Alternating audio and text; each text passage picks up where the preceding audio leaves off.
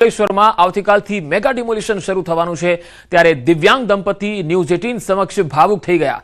મહિલાએ રડતા રડતા કહ્યું કે અમે જન્મથી અહીંયા દિવ્યાંગ છીએ અને આ મકાન સાથે જીવનની અનેક યાદો જોડાયેલી છે। અમને ક્વાર્ટર તો લાગી ગયું છે, પરંતુ તેઓ ક્વાર્ટર માટે ભરી શકાય તેટલા તેમની પાસે રૂપિયા નથી।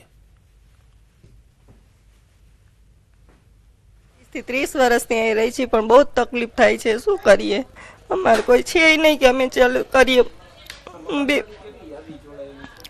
યાદી તો ઘણી જોડાયેલી છે। લગ્નમાં લગ્ન કરીને અહીંયા જ આવી છું તરત। હવે આ મકાન છોડીને જવાનું થશે।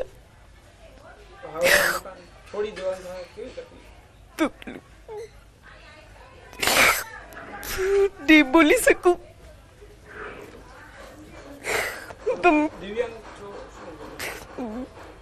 દિવ્યાંગ છું તો બચપનથી જ છું।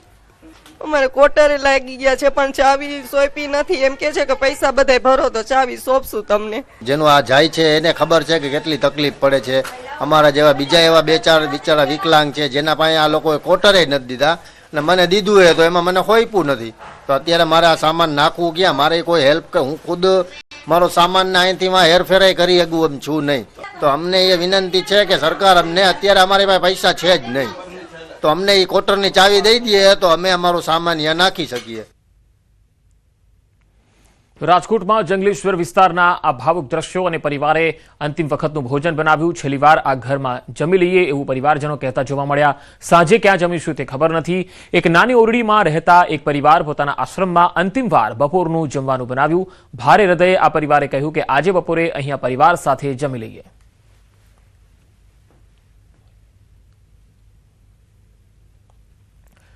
તો જંગલેશ્વર વિસ્તારમાં આ પરિવાર જે અંતિમ વખતનું ભોજન બનાવતો જોવા મળે છે, કારણ કે આવતીકાલે અહીંયા બુલડોઝર ફરવાનું છે।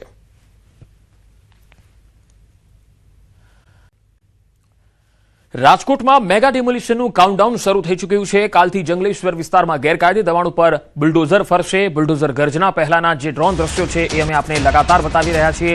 મેગા ડિમોલિશન પહેલા અસરગ્રસ્તોનું દર્દ પણ છલકાઈ ઉઠ્યું અને ઘર છોડવાની શરૂઆત પણ થઈ ગઈ છે। આ તસવીરો તમે જોઈ શકો છો, ડ્રોનથી લેવાયેલી આ તસવીરો છે જ્યાં મેગા ડિમોલિશનનું કાઉન્ટડાઉન શરૂ થયું છે।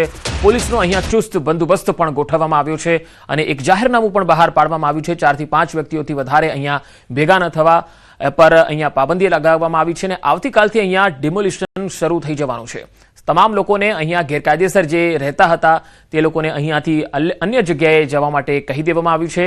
આવતીકાલથી જંગલેશ્વર વિસ્તારમાં ગેરકાયદે દબાણ ઉપર બુલડોઝર ફરવાનું છે અને આ બુલડોઝર ગર્જના પહેલાના ડ્રોન દ્રશ્યો તમે જોઈ શકો છો કે જ્યાં આખો વિસ્તાર જાણે સુનકાર ભાસી રહ્યો હોય એમ ખાલી ખમ દેખાઈ રહ્યો છે। તમામ લોકો અહીંયાથી જઈ ચૂક્યા છે, ઘર છોડી ચૂક્યા છે અને ગઈકાલથી અત્યાર સવાર સુધીમાં તમામ જે અહીંયા રહેતા લોકો હતા તેમનું દર્દ પણ છલકાઈ ઉઠ્યું હતું। રાજ્યમાં માવઠાને લઈને હવે આગાહી થઈ છે। હવામાન નિષ્ણાત અંબાલાલ પટેલે આગાહી કરતા જણાવ્યું છે કે 24 અને 25 ફેબ્રુઆરીએ રાજ્યના કેટલાક વિસ્તારમાં હવામાન પલટાઈ શકે છે। 27 ફેબ્રુઆરીથી માર્ચની શરૂઆતમાં પણ આવી શકે છે આ પલટો। 15મી માર્ચ બાદ પણ ગુજરાતના હવામાનમાં પલટો જોવા મળી શકે છે। તારીખ 23, 24 અને 25માં દક્ષિણ ગુજરાતમાં વાદળો આવવાની શક્યતા છે। ઉત્તર ભારતમાં પશ્ચિમ વિક્ષોભ આવવાની શક્યતા છે। ત્યારબાદ 3 અને 8 માર્ચમાં પણ એક પશ્ચિમ વિક્ષોભ આવશે, પરંતુ એક મજબૂત પશ્ચિમ વિક્ષોભ લગભગ 15મી માર્ચ પછી આવવાની શક્યતા રહેશે। એટલે એક પછી એક આવતા પશ્ચિમ વિક્ષોભમાં હવામાનને પલટાના કારણે ઊભા કૃષિ પાકોમાં રોગ ના હોય તેને કૃષિભાઈઓએ લગભગ સતર્કતા રાખી અને પવનની ગતિથી ઘઉં જેવો પાક પડી ન જાય તેની સતર્કતા રાખવી જોઈએ। તો હવામાન નિષ્ણાત અંબાલાલ પટેલની બેવડી ઋતુને લઈને આગાહી। 14 એપ્રિલ સુધી બેવડી ઋતુ રહેવાની શક્યતા। બેવડી ઋતુના કારણે રોગચાળો વધવાની પણ શક્યતા છે। માર્ચની શરૂઆતમાં થશે ગરમીમાં વધારો। બદલાતા હવામાનને કારણે કૃષિ પાકોમાં થઈ શકે નુકસાન। ખેડૂતોને પાક સંરક્ષણના પગલાં લેવાની પણ સલાહ આપવામાં આવી। હજુ પણ બેવડી ઋતુનો જે સિલસિલો છે એ 14મી એપ્રિલ સુધી ચાલુ રહેવાની શક્યતા રહે છે, જેના લીધે જનસમુદાયમાં તો રોગ વધવાની શક્યતા રહે છે જનધનમાં। એટલે સ્વાસ્થ્યની કાળજી રાખવી, પરંતુ કૃષિ પાકોમાં પણ રોગ આવવાની શક્યતા રહેતી હોય છે। ત્યારે ખેડૂત ભાઈઓએ પાક સંરક્ષણના પગલાં લેવા સારા રહે। આમ છતાં હવે ગરમી વધવાની શક્યતા રહે છે. લગભગ માર્ચની શરૂઆત સુધીમાં તો મહત્તમ ઉષ્ણતામાન 37-38 ડિગ્રી સેલ્સિયસ જેવું થઈ જવાની શક્યતા રહે છે. યુવકની હત્યાનો ભેદ ઉકેલાઈ ગયો છે. બહેરામપુરામાં મોડી રાત્રે થઈ હતી હત્યા. ક્રાઇમ બ્રાન્ચે ગુનાનો ભેદ ઉકેલ્યો છે. હત્યાની ઘટનાના સીસીટીવી પણ સામે આવ્યા છે. આ હત્યામાં સંડોવાયેલા આરોપીની અટકાયત કરાઈ છે. એક સગીર સહિત 2 આરોપીઓ ઝડપાયા છે. આરોપીઓએ હત્યા કરવા માટે સુરેન્દ્રનગરના ચોટીલાથી છરો ખરીદ્યો હતો. મૃતકના ઘરે ઓટલા પર બેસવા બાબતે ઝઘડો થયો હતો. ક્રાઇમ બ્રાન્ચે આ ગુનાનો ભેદ ઉકેલ્યો છે અને હત્યામાં સંડોવાયેલા આરોપીની અટકાયત કરી લીધી છે. એક સગીર સહિત 2 આરોપી પકડાયા છે.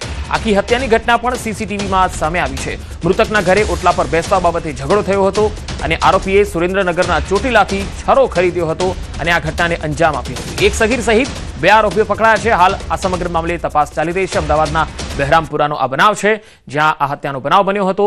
આખરે યુવકની હત્યાનો ભેદ પોલીસે ઉકેલ્યો છે. મોડી રાત્રે આ યુવકની હત્યા થઈ હતી. ક્રાઇમ બ્રાન્ચ આ તપાસમાં જોડાઈ હતી અને ગુનાનો ભેદ ઉકેલ્યો છે. હત્યાની ઘટનાના સીસીટીવી પણ સામે આવ્યા છે અને સંડોવાયેલા એ જે આરોપીઓ છે તેમની પણ અટકાયત કરી લેવામાં આવી છે. એક સગીર સહિત 2 આરોપીઓ છે અને હત્યા કરવા માટે સુરેન્દ્રનગરથી તેઓ હથિયાર લાવ્યા હતા. મૃતકના ઘરે ઓટલા પર બેસવાની બાબતે ઝઘડો થયો હતો અને આ ઝઘડો એટલી ઉગ્ર, એટલા સ્તર સુધી પહોંચી ગયો કે તેઓ હત્યા કરવા સુધી આવી ગયા.